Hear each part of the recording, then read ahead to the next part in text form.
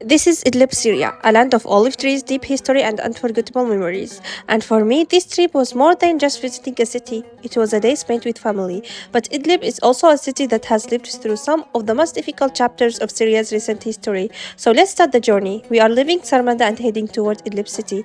The road itself already feels like the beginning of an adventure. And here we are at one of the roundabouts on the way, where you can see a beautiful miniature model inspired by Jerusalem, a powerful symbol reminding us of a city that remains close to the hearts of many people. And finally, we'll come to Idlib. This is Idlib from above. From up here, the city looks peaceful, white, and full of life.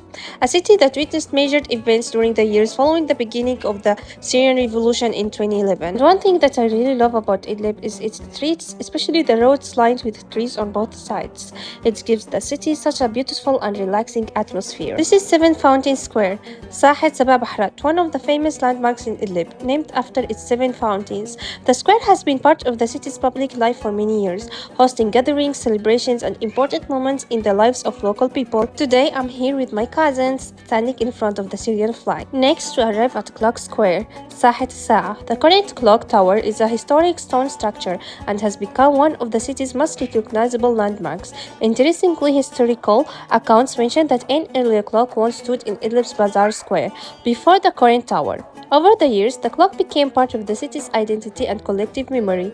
During the Syrian Revolution, public squares across Syria became important spaces for demonstrations and gatherings. For many people in Idlib, places like this became part of the collective memory of that period. Today I'm standing here in front of the clock, and then my cousins join me, a new generation growing up with a different chapter of the same story. After that, we head into the markets of Idlib, because beyond the history and politics, there is everyday life. People working, shopping, talking, and simply trying to live and move forward. Shops, the people, the movement, the sounds. This is where you can really feel the everyday life of the city. And what kind of trip would this be without something sweet? So we stop for some delicious traditional sweets from Haboush. Shaybiyat is a traditional Syrian pastry made with thin layers of phyllo dough, usually filled with sweet cream and topped with syrup and pistachios. As the day comes to an end, we head back towards Sarmada. And honestly, the Jerusalem roundabout looks even more beautiful at night, especially when the lights come on. But I wanted to end this journey somewhere special, under an olive tree at my uncle's house.